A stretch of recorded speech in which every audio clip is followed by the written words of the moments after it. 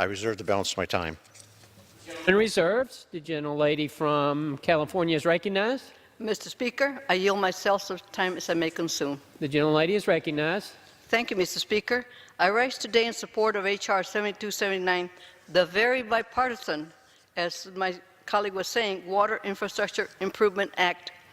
Let me first start by thanking the primary sponsor of the bill, gentleman from Ohio, Mr. Gibbs, and his great cooperation in this.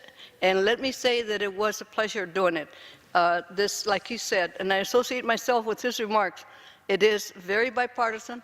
It is something that we all agree on that needs to happen for the people of this nation. Thank you, Mr. Gibbs. Finally, reach a bipartisan agreement on this very important issue after more than 4 years.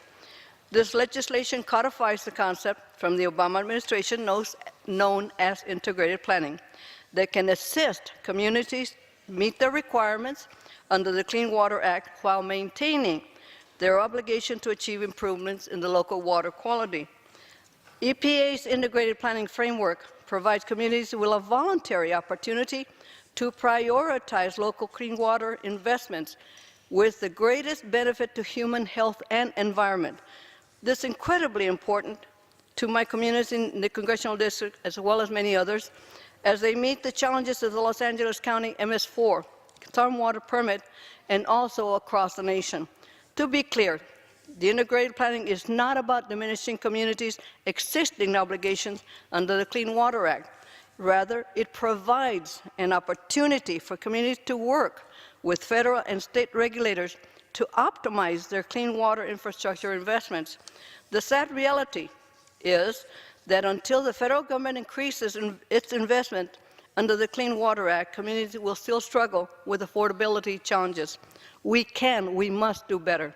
First, we need to reauthorize the Clean Water State Revolving Fund, known as SRF, and I am hopeful that this is one of the first things we will accomplish next year on a very bipartisan basis again.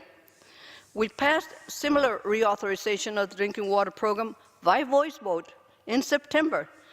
Now is the time for a similar effort to protect local water quality. Second, we need to address the cost of water and sewer services to these households with the least ability to pay. No hardworking American families should be forced to go without water and wastewater services simply because their local rates are too high. Clean water should be a basic human right.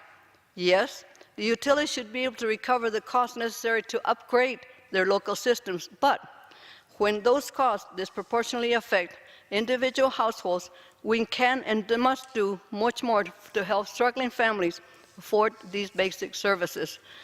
That will be another issue I hope this next Congress will address in the coming year, protecting our nation's clean water and making it affordable for all American families.